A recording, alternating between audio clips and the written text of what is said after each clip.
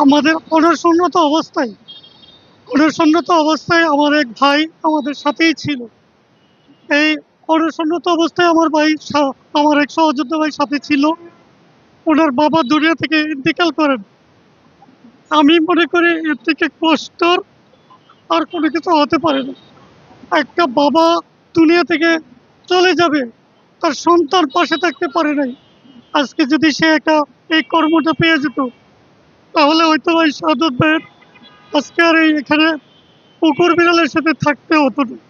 আমার সহযোদ্ধা ভাইয়ের একজন বাবা দুনিয়া থেকে বিদায় নিচ্ছে, সে আমাদের সাথে এই অনুসরণ করার কারণে সে তার বাবার শেষ নিঃশ্বাস ত্যাগ করার সময় পাশে থাকতে পারেনি। আমি মাননীয় শিক্ষা সচিব সহ যারা সংশ্লিষ্ট মন্ত্রণালয়ের যারা আছেন, আমি আপনাদের কাছে করজোড়ে অনুরোধ করব, আপনারা আমাদের দাবিটা মেনে নেন।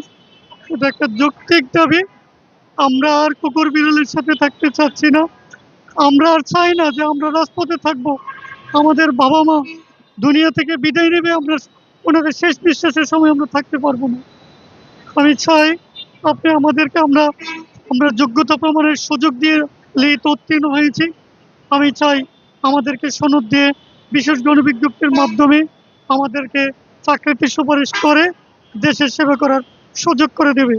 আমরা আর কুকুর বিড়ালের সাথে এই রোদ বৃষ্টির মধ্যে আমরা আর এই রাজপথে থাকতে চাই না। আমরা বাংলাদেশের নাগরিক, আমাদের ভোটাধিকার প্রয়োগ ক্ষমতা আমাদের আছে। আমরা সর্বোচ্চ ডিগ্রি অর্জন করে সর্বোচ্চ মেধার পরিচয় দিয়ে আজকে আমরা বঞ্চিত হয়েছি। আপনারা আমাদেরকে যে আশ্বাস দিয়েছেন, আমাদের সেই আপনাদের আশ্বাসটা আমরা বিশ্বাসের সহিত নিয়েছি।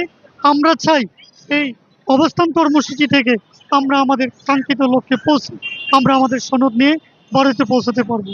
ধন্যবাদ।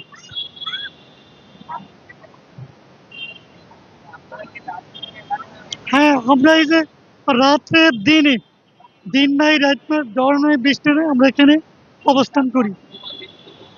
হ্যাঁ, এই বৃষ্টির উপরে আমাদের অলরেডি 2 জন লোক ডেঙ্গু আক্রান্ত হয়েছে। হ্যাঁ, হ্যাঁ, ডেঙ্গু অলরেডি 2 জনের হয়েছে। আরো কয়েকজন অসুস্থ আছে, তারা চিকিৎসাধীন আছে।